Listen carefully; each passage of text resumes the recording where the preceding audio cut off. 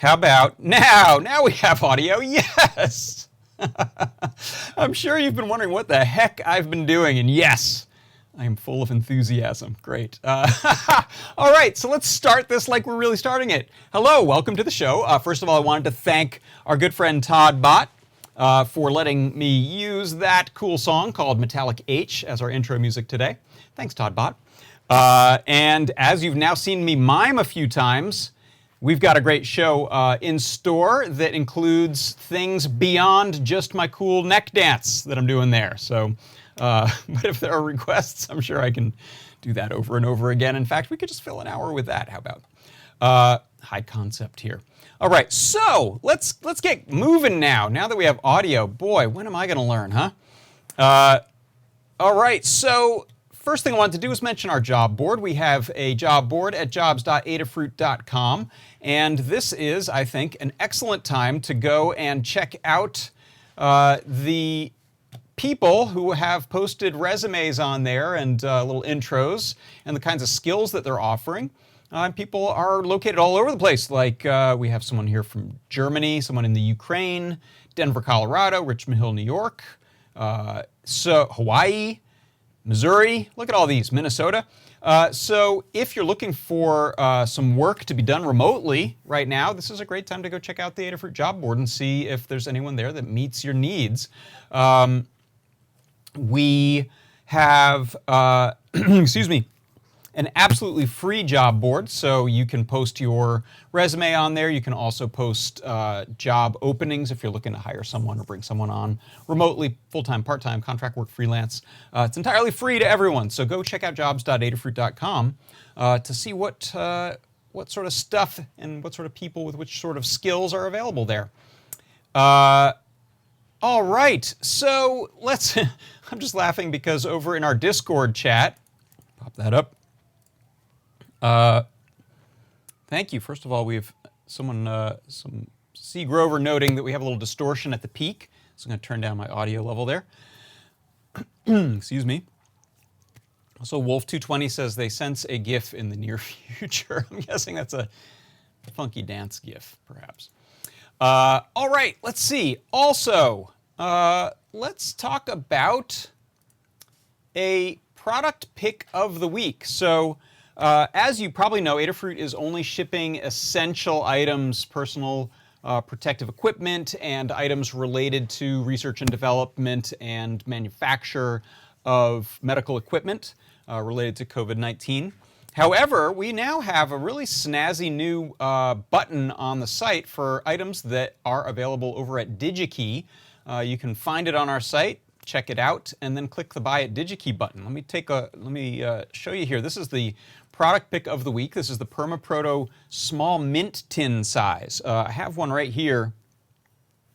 You can see how small that is, and I love this one.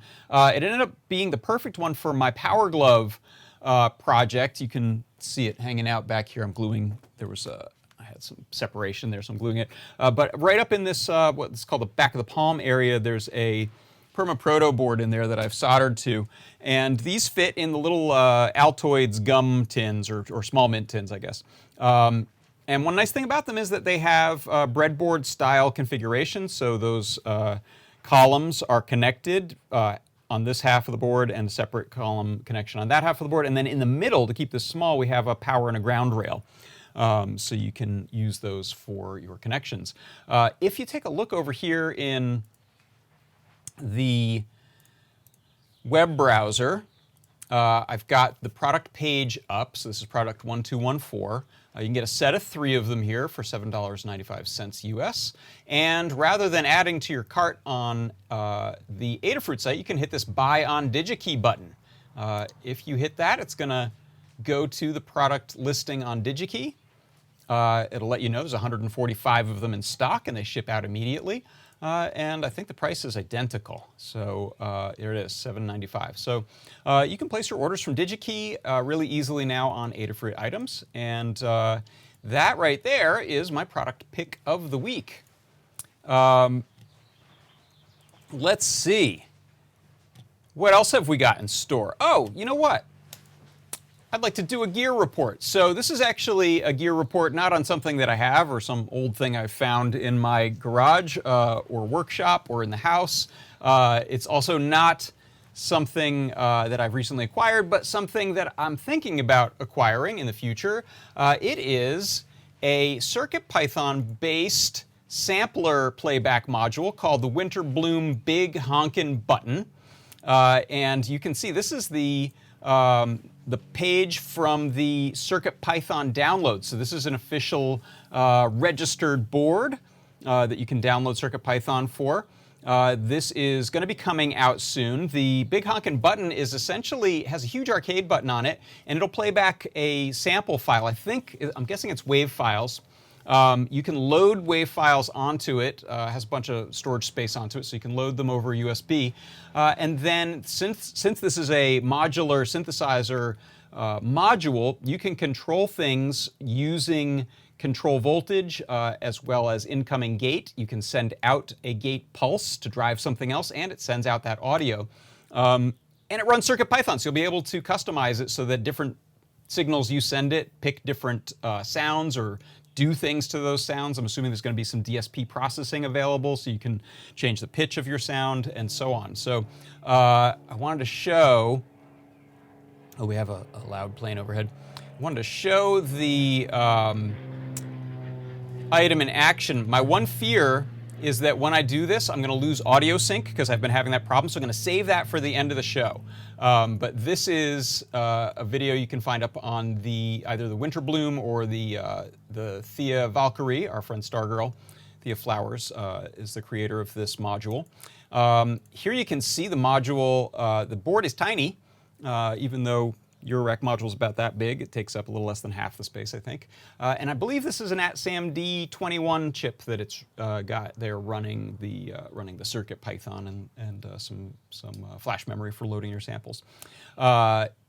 If our good friend Thea is, yes, Stargirl is in the Discord chat. So if you have any questions, you can ask. She confirms, yes, it's a SAMD21 with 4 megabytes of flash. So you can load a lot of samples on there. That's very cool. And I'm assuming it's mono playback, so that doubles the amount of samples that you can put on there, since you're not dealing with stereo. Let's see. Oh no, someone said that my audio is already starting to separate. I wonder if that's because I showed that web page, huh? Let's see if I can bring it back. Let's go to just this camera for a second. I feel like maybe, at least what I'm seeing looks synced, but I'm not seeing it go filtering through all of the rest of the internet. So let me know if that gets bad. It looks like some people are saying it's okay. All right, so I also wanted to show, let's see, this will probably break my audio again. Here's the product page on the Winterbloom site. You can go check it out. It's also a steal at $69. That's pretty low cost for a Eurorack module. And if you don't have a full Eurorack setup and you just want to do some CircuitPython coding on an audio board with a big honkin' button on it that is able to send out audio, and you could use gate and CV for other things. You can make like your own little, small case. I've built some of these modules into cigar box and cardboard boxes before. Get a little power supply, and you might use it as even just a little standalone development thing for learning how to code some audio things on CircuitPython. Yes, okay. So I will try to play that audio clip and video later. But now I think this is a great time to jump into the MakeCode Minute.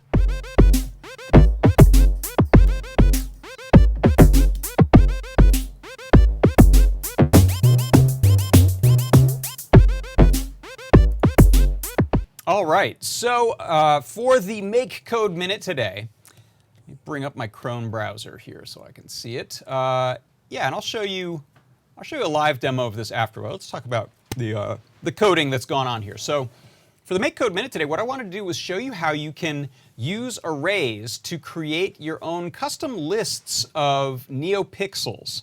So a lot of times dealing with Circuit Playground Express in MakeCode, we want to do things like light up particular neopixels, and if we're trying to light them not just in sort of the 0 to 9 order, you can get into some pretty complicated math to deal with looping around if you want to go from the 4th one up to the 8th one, going over the top of the board there. It gets a little complicated.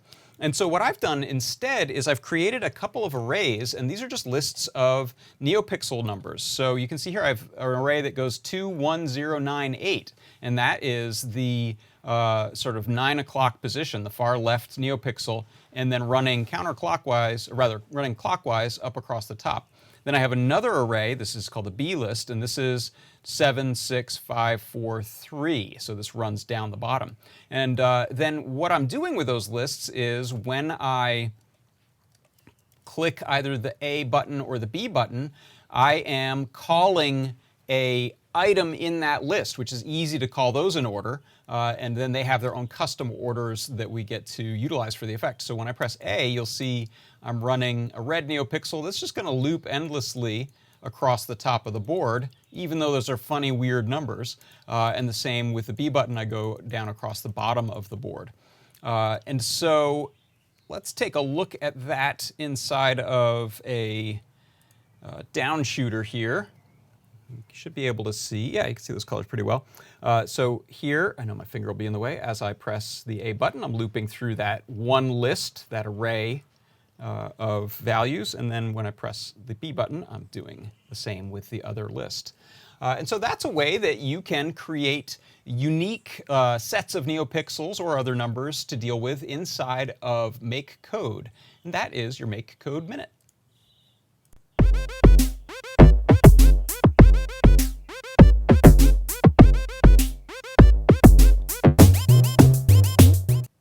Hey, there's two of me. Hello, second one of me. Let's go away. Yeah. All right. So I know I've shown some impressive games before on the MakeCode arcade game pick of the week, but this one may be the one that takes the cake. The gameplay on this one is just extraordinary. So I'm really excited to show off my MakeCode arcade game pick of the week this week, which is called WC Man version 1.2 DX Edition. I don't know what WC Man stands for. I'm going to guess it's Wall Climber Man, because this is a wall climbing game. And here I've popped this open inside of the simulator, and again, I know that the frame rates are no good when I broadcast. So pretend you're seeing this in great smooth frame rate. So we have this little character here, and the character, when you jump, will stick to a wall, and you're trying to avoid hitting those terrible, terrible blades. I'm going to restart so that we're in a gentler board to begin with. So jumping into blades, bad. Always restarts you immediately. Jumping and hitting a wall, good. And that is the sort of trick of the whole thing, is learning how to jump, whoops, or even fall and stick to a wall so that you have enough clearance to do the next required leap that you need to make. So it's similar to Celeste, and there's probably other games like it, but yes! Again, I'm sorry, I know the frame rates are probably no good, but hopefully you're seeing some of the idea of this. Woo! Made it. And I'm dead. So really, really great gameplay. I haven't tried it on hardware yet, but I'm dying to put this one on a Pi Gamer or a Pi Badge, because I think it'll be really fun. Just D-pad and a single controller for jump is all you need to play it. One thing I wanted to look at is the method of creating this wall sticking effect. So if we look at the code here, it's all in blocks. There is let me scroll way up. There's a big on-game update block. So this is on every sort of tick of the internal game clock, the things in here happen. And one of them is this check, which says, is the character hitting a wall to the right, or is the character hitting a wall to the left? And is the character's velocity not greater than or equal to 0? And so, velocity on y, that is, so jumping. And so what this means is, if the character is moving on Y and hitting a wall, then this condition is met, and the character's velocity is suddenly set to 0 on Y, so it stops that motion. And the acceleration as well is set to 0, and then there's also some changes in the image to show that kind of clinging onto the wall sprite. So that's really cool. It's a very elegant way to deal with this question of how do I get the character to stick to things, but not all the time. We don't want to always stick to the wall. So it's checking if the wall's to the right or the left and the acceleration on Y. And so that is the brilliant and deviously difficult, very addictive game, my pick of the week for the MakeCode arcade, and that is WC Man version 1.2 DX Edition by Rehan Panchi 256. So go check that out. And I do encourage you to check it out because I know the gameplay frame rates will look funny in this video, but in real life it's smooth like butter and really terrific. And all those knives, my gosh. Let's see, let me check back in with Discord, see how we're doing as far as questions, thoughts, my audio sync. I'm always nervous about my audio sync. Let's see. Someone said Twitch seems to have a clearer picture. Huh. Yeah, Twitch seems to get the stream quicker too. All right. Audio's good. Yay. All right. Thank you, Mr. Certainly. Let's see. So what have we got next? Let me check my little plans and notes. None of my plans and notes involved me not having audio for the first few minutes of the show, by the way. If it were easy to clip that on the YouTube archive, I would. All right, talked about that. Talked about big honkin' button, MakeCode. All right, so, okay, let's talk about our upcoming projects. So, project of the week.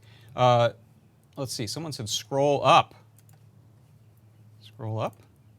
Are you having problems? Let's see. Are there other questions? I don't think so. Audio's still fine.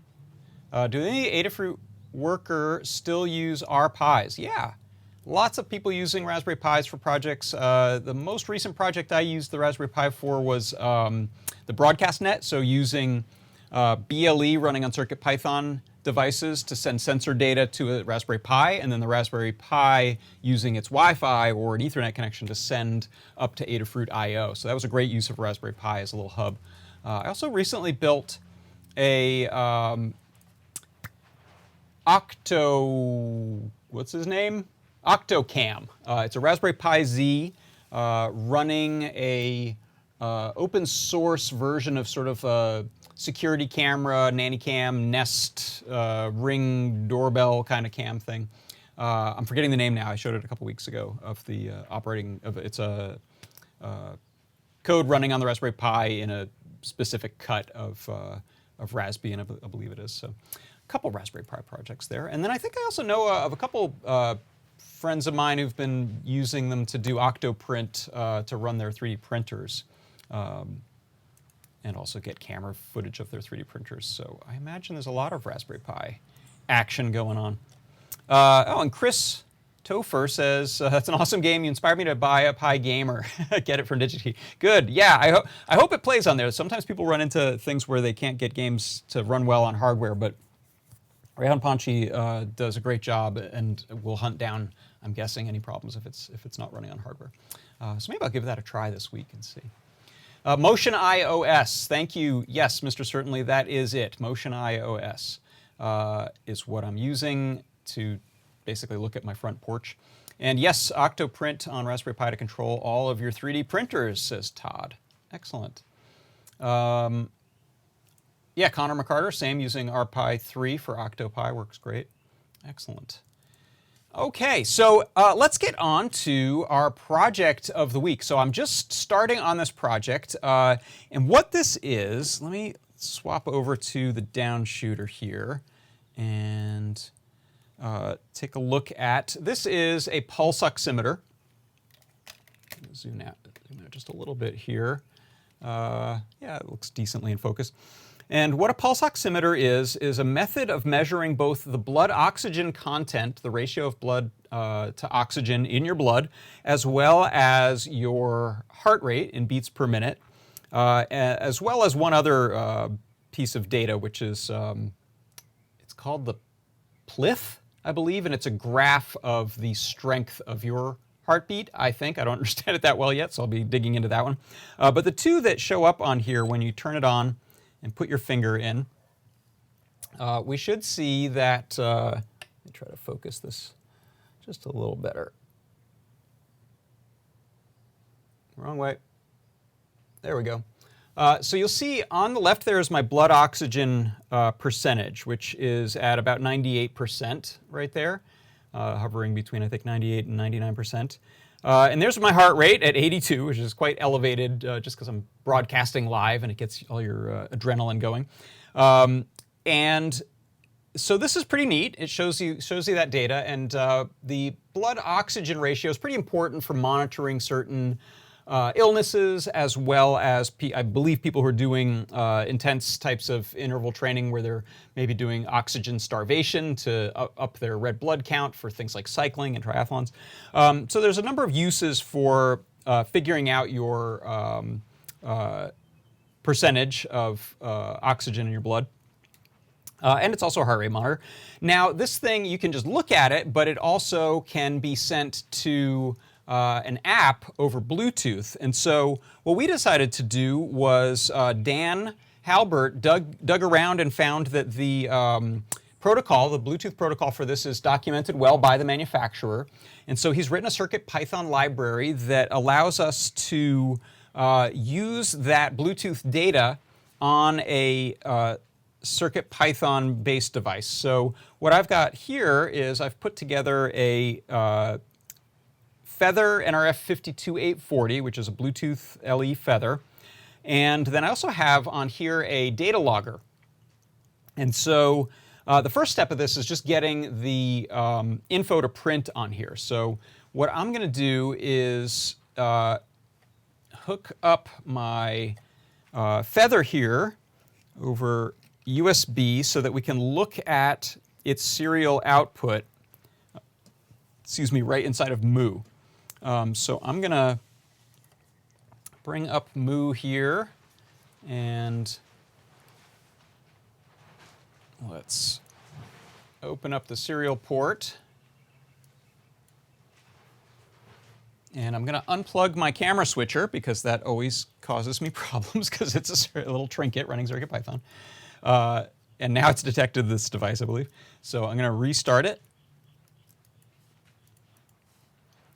And so what you'll see here is I'm reading, let me load the code on here and comment one thing out just for a second so it's a little easier to see. Let's take out this plyth. That's what that thing is. I'm going to take out this print statement here and resave it. And I can zoom in a bit as well. Okay, and so what you're seeing now is this SpO2, that's the blood oxygen ratio or percentage, so it's coming up at 99%. And you can see here that it should match pretty well. I think this one might be rounding. I think the value might be above 98.5 when it's showing 99 on one of them and 98 on the other. And then it's showing my pulse rate, which again is pretty elevated just from being on camera. And then this plyth value is actually showing a graph of your heart rate. So what I decided to do, again, just for visualization, was graph this to the plotter inside of Moo. So if I print this value as a tuple, then I can see it show up on the graph. So I'm going to resave this, and then I'm going to open up the plotter in Moo. I'll close the serial port. And now you're seeing essentially a graph of that heart rate. And it'll be, a little jagged just because of the rate of transmission. We're not getting as smooth a stream of data as we would like. We could also, using a different visualizer, smooth out some of those peaks. But this is just for every sample it's getting, it's drawing a straight line to that next sample. And so there's I believe, and I don't understand this that well, but I believe there's a strength to the heartbeat that this helps measure. So it's sometimes you can see the heart rate just pulsing along at a decent clip, at an expected rate, but the strength of the beat isn't necessarily what you'd want if this is a smaller graph. So I'll learn more about that. That's one of the fun things about doing a guide like this is learning things, obscure to me things about pulse oximetry that I never knew. And so let me take this off for a second now. It'll just stop plotting when I take it off. It'll disconnect. If we look in the plotter here, or in the REPL here, you can see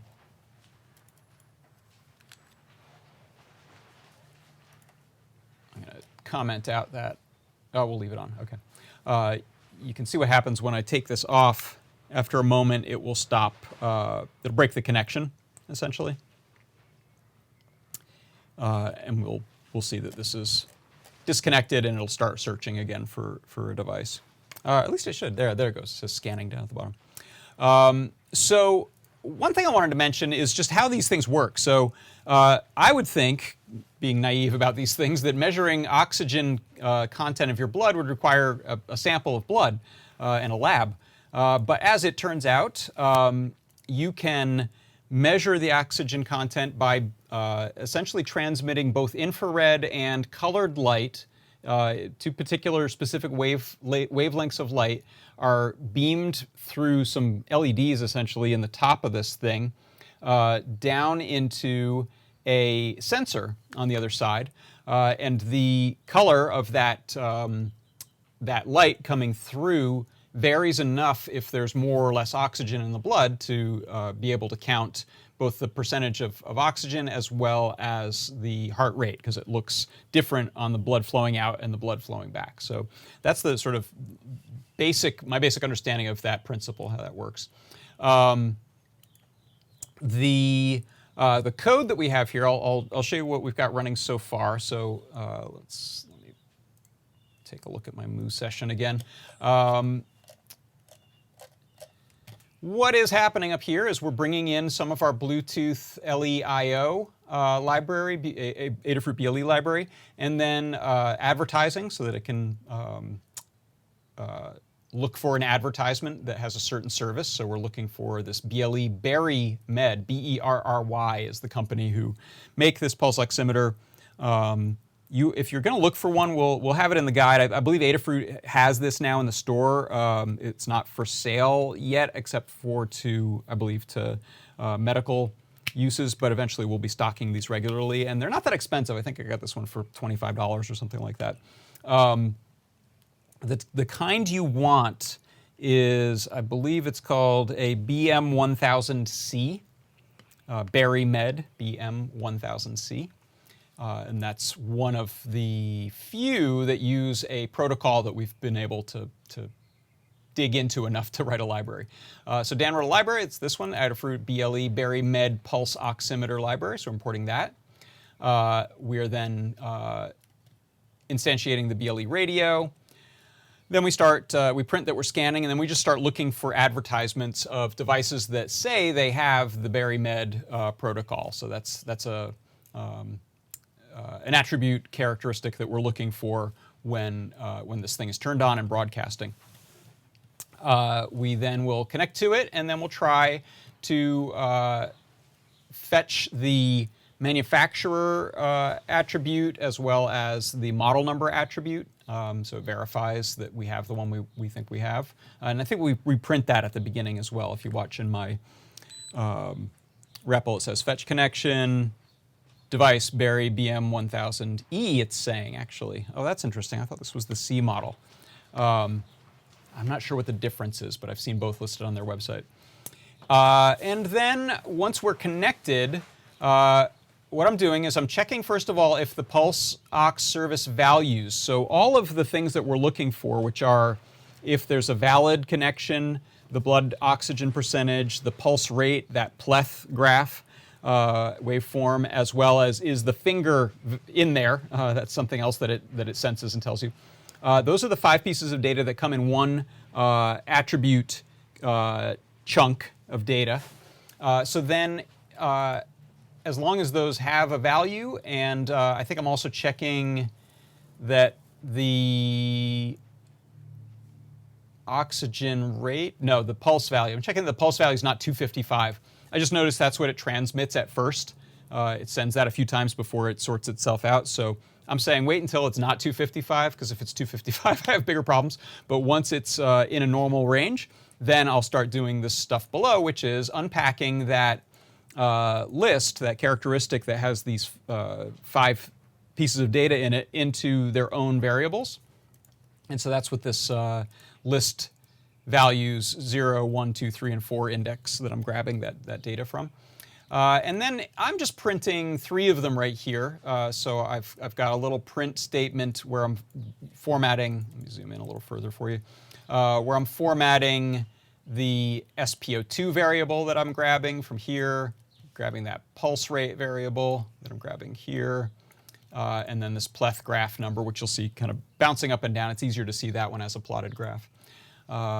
And that is it. That is all we're doing so far. And then we have some disconnection on connection errors, and then we start looking again. We set the connection to none, which means we'll start looking again up at the top here. So that's how it's working now. I'm actually new to using the this little guy here. Let me move out of the way. I haven't used this before. This is the Ada Logger feather wing. So we have some Ada Logger feathers. So there's one I think that's an M0 blue fruit that has this data logging built in, and I think another one, 32U4 maybe. But this is just a feather wing that you can plug into any feather, which is great. And then I'm using a little feather doubler here to put them side by side. They could go over under. So this is a real-time clock and a battery backup for the real-time clock, and it has an SD card. And so I'll be able to send the data to the SD card, which allows you to have a connection kind of anytime you're using this, and it'll have a timestamp on it. We'll store that data on there, and then we can bring that data as like a comma-separated value list to look at if you want to go crazy inside of Excel looking at it, or other quantified self applications you want to use to get that data. This will be a really nice way to have big chunks of your pulse data as well as your blood oxygen level data. In case you're doing some kind of training or for medical reasons, you'll be able to pull that off the SD card for later use. So I'm excited about that. I'm actually going to be looking at, there was a guide that Kattni created on data logging, I think it was temperature and humidity, using a little I2C humidity sensor and temperature sensor. So that one's done in CircuitPython. It seems like it has most of the hallmarks of the things I'll need. I think she was using that same feather wing. So now that I've got the connection to the pulse oximeter and I can break out those individual data pieces, I should be able to start writing them to that SD card as a big text file and then access that later. So that's what I'm going to be working on with this pulse oximeter logger project. Very excited about it. And that's the project of the week. So let's see. Let's take a look back over on Discord. What did I miss? Let's see. 255 pulse eek. Yes, this is true. That would be a problem. Oh, so Do Wester is saying, I finally learned your name. Do Wester is saying smartwatches sometimes use a method of light sense versus light return, sent versus returned, and pulse to determine blood pressure. Not very accurate in your experience, I see. Andy Calloway says less oxygen, more blue. That makes sense. Good. Oh yeah, and someone posted, Do Wester posted, there was a pulse project done with the Circuit Playground Express that you can go check out. Make It Pulse is on the Learn Guide. Using the little one NeoPixel and the little light sensor that's right next to it. Yeah, amazing this works as well as it does. I figured this would be big honkin' huge expensive equipment. But speaking of honkin', that is my cue. Oh, actually, I got one other thing first, and then back to that amazing segue. I will be running the show and tell. We have 2 a week now, so we have the one on Wednesday evenings, and now we have this one. It should be a half-hour show and tell starting at 5:30 p.m. Eastern Time, 2:30 p.m. Pacific Time. I even wrote it down there so I could just read it off the screen instead of kind of getting them all wrong in my head, which I always do. So that'll be in about an hour, a little less than an hour. I'll get set up now after this show. And if you have something you want to show, it can be a project you're working on or you've made, a tool you want to show off, some ideas behind some projects, some vintage gear, 8-bit computers. Bring it on. We'd love to see what you're making. Could even be if you're baking bread. I know that's super popular right now, particularly during quarantine. So bring by something you're excited to show off to the show and tell, won't you please? I will be putting up a link to the show and tell on StreamYard in the Discord. So head to adafru.it/Discord if you want to get onto the Adafruit Discord, and in the live stream channel. I'll post that link. And there's also a blog post that went up earlier and another one that'll be going up later right before the show that will give you any info you need. All right, so now I want to show, hopefully this will work. I want to show this demo of the big honkin' button, which was my gear report pick this week. Here it is in action. We'll see if you can hear it.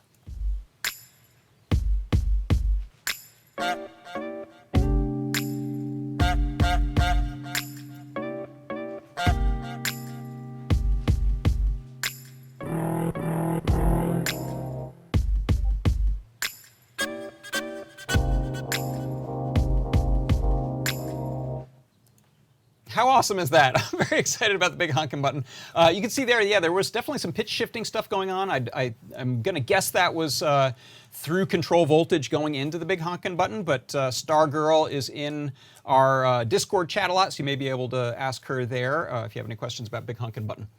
All right, well, thank you so much for stopping by and watching. For Adafruit Industries, I'm John Park, and this has been John Park's Workshop. I will see you very soon on Show and Tell. And then I'll see you here again next week for the next John Park's Workshop. Thanks so much, everyone. Bye-bye.